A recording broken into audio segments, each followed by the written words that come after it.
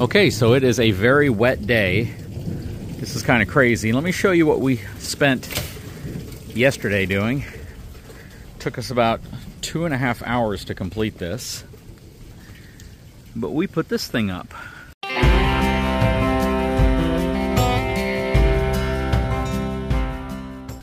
Picked it up over at Lowe's. It was actually on clearance.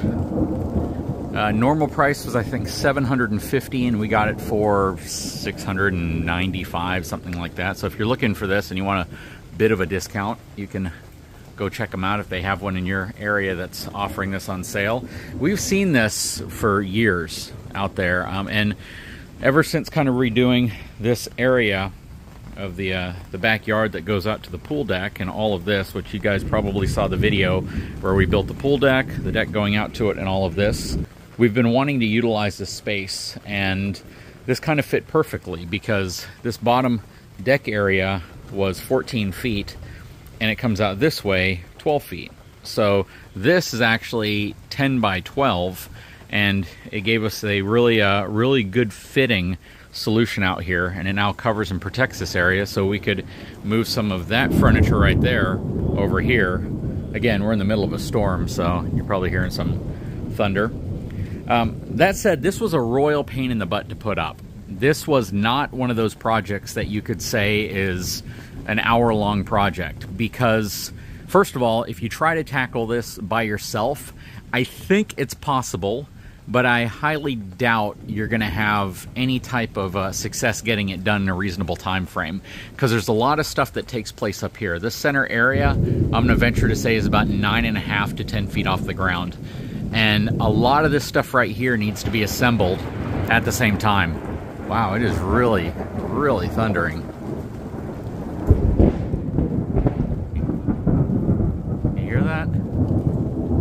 That is crazy. We might get some use out of our Generac generator here. The only time it's actually turned on, besides the normal weekly test that it goes through for like 10 minutes, is when we had a bad thunderstorm, but we weren't even at this property, so it kicked on and we never even had an opportunity to see how well it worked. But yeah, so this thing is not easy to put together. It is relatively easy to follow the instructions to put it together, but the actual process of assembling it definitely takes longer than you might think, and there's a lot more to it. The good thing is there's nothing that's super precise. So when you put together a lot of furniture and things like that, they always tell you to kind of leave the bolts and nuts loose and then tighten everything at the very end. You don't have to do that with this. You can tighten everything up to whatever torque spec you feel it's necessary. They don't put that in the instructions. And you can just kind of put it together because there's play in just about everything. And there's a couple areas like right here where things snap into place, but then virtually everything else has a bolt, a nut, and covers for both. And then you have this rod right here that kind of slides into the grooves. It's very intuitive in terms of how they assemble this, or how they expect you to assemble this. It's very well thought out. It's just a pain in the butt. It really is, and you're going to need a ladder to get from the center up to the top so you can hold this part and then connect these two pieces to the edge. Overall, from a review perspective, I think Lowe's, Home Depot, whoever sells this stuff normally should absolutely offer some type of installation service, because they don't, and it leaves you kind of hunting for someone who's capable of doing it. If you are a couple and you decide to go to Lowe's and you see this thing on sale and you pick it up and you think your spouse can handle it and put the thing together in one day, or shoot, even 2 days if it's just one person, you're probably going to want to reevaluate your thought pattern, because again, this is not a one-person job. I had me, my father, and my uncle out here, and we were putting this together. My father was here arranging all the parts and screws and bolts and nuts and everything. My uncle was helping put things together, and then we'd all kind of come together whenever it came time to assemble everything, and it still took us the good part of 2.5 hours to put together.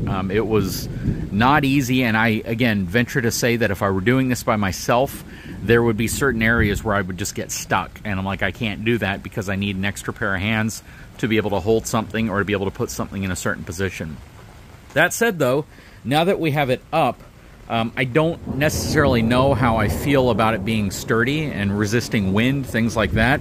What I did here is I used some really nice structural bolts or structural screws and some washers to secure it into the deck, and then any plank that I couldn't go through the 2x6 into a beam beneath, I secured the 2x6 with some structural bolts as well.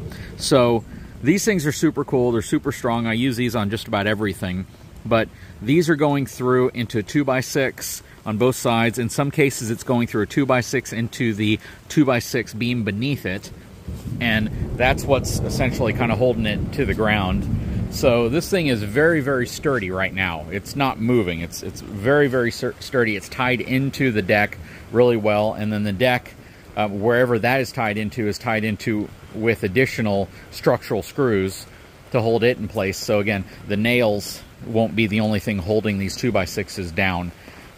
It should be more than enough to hold it in place unless we get like a crazy, crazy hurricane. But if something like that were to happen, I'd venture to say I'd take off the canvas material right here. That part wasn't too difficult to put on. It was still a bit of a pain, but I'd probably take off at least the main canopy area just so the wind doesn't catch it and tear this thing apart. Because I would imagine that even a relatively small hurricane would wreak havoc on this thing. But who knows? I mean, this thing may be windstorm rated and I don't even know it. But you know, if I feel that I'm going to lose the thing, then I'll probably, and the storm's coming and I don't have time to take the canvas off, I'll probably just cut slits in it and then deal with it later, because if I don't do that, I could risk damaging the home or this thing becoming an object if it tears away from the feet down here. I don't think this portion down here would lift up, but I think the breaking point might be in this area right here if winds got severe enough. That said, it's really nice. It's a reasonable value for almost $700. I don't necessarily know if I would say it's as strong or as robust as I would prefer. I feel like I could probably pay my neighbor who welds to construct something a lot stronger, but then the material cost alone would probably be $300 or more. The part here that you have to think about isn't necessarily the structure, it's the canvas. It's having the ability to have something that's custom fit, something that actually looks like it was meant to be, rather than something that you just hodgepodge together. Some people don't care about looks, and they don't care about how cosmetically this thing appeals to you, but I think most people do. So you pay for something like this not just because you want something that can cover and provide shade and provide, you know, protection from the sun, but you're also looking for something that looks nice. And you know, I think this thing looks really nice. Again, I do wish it was built a little bit more robust with more structural supports in certain areas, maybe thicker steel at least at the bottom, and more support in this area to prevent wind from possibly damaging it. They do put some reinforced bracing right here on each side, and then it ties into this structure right here, which goes straight down and then ties into the bottom. I feel they probably could have put like a flange plate at the bottom to be able to tie it in a little bit better, but it is what it is. Do I recommend it? If you're looking for something like this, if you know what you're getting into from an installation perspective, an assembly perspective, if you have an extra couple pairs of hands, and if you're in an area where you don't have to worry about what wind could do to this, especially if you get 60, 70, 80 mile an hour winds, then it probably is worth it. We're in an area where we get winds like that, so it's going to be interesting to see how it deals with them. This storm, when it first rolled in, had maybe 45, 50 mile an hour winds, and it really didn't have any impact on this at all. So this big hole up here at the top, this big vent, is probably one of the reasons for that, because it allows air to get in and air to get out as opposed to just trapping it up here. But you know, I guess it's been holding up really well, and interestingly enough, we had a really, really bad storm roll through today with some really heavy winds when it first came through, and yeah, seems to be doing fine. Anyways, guys, sure hope you enjoyed this video. You know, not typically what I do videos on, but as I get stuff assembled out here, put together, I'll share it with you. Okay, so we got Johnny here picking up the paws in his beautiful GMC truck. Had to drive around weather to get here. Yeah. But you got, where are you going from here? Straight Utah? I'm going straight to Utah. Utah, yeah. Yep. Hitched up. He really likes that hitch. I wasn't a big fan of it personally. I was a big fan of the one that was in there. Well, I never got a chance to use the one that was in there, but yeah, so. But I think if you go off-road, oh yeah, that hitch, That's the They one. will like it. But like you say, I think more for just freeway. Just a regular hitch, regular. yeah. Yep. Well, very cool. He's starting to experience Texas mosquitoes because they're out right now. Yeah. It's looking good. Gonna miss this thing. It's been fun. It's been a lot of really cool content on it. Things leveling out. The one thing I had told him that was a little strange too about towing it is you have to stand, at least for me, I had to stand right back here to see if it was level side to side. It would be cool if it had an auto level feature whenever you're hitched up. That would be cool. You press one button, it raises the back up, it does exactly what it needs to do to match the ride height of the front. That would be really nice. And all it would have to do is use the same sensors inside of it to auto level it, but just to raise it back up. Very nice. Well, I'm sure you're ready to hit the road, my friend. Yes, I will do a couple hours today, and then I hope tomorrow finish it. Sounds good, brother. Well, please be safe, man. I appreciate it. Thank you so much. Nice to see you again. You too. You too. Maybe we'll have you back out here again. Yes. That sounds good, my friend. Y'all take care.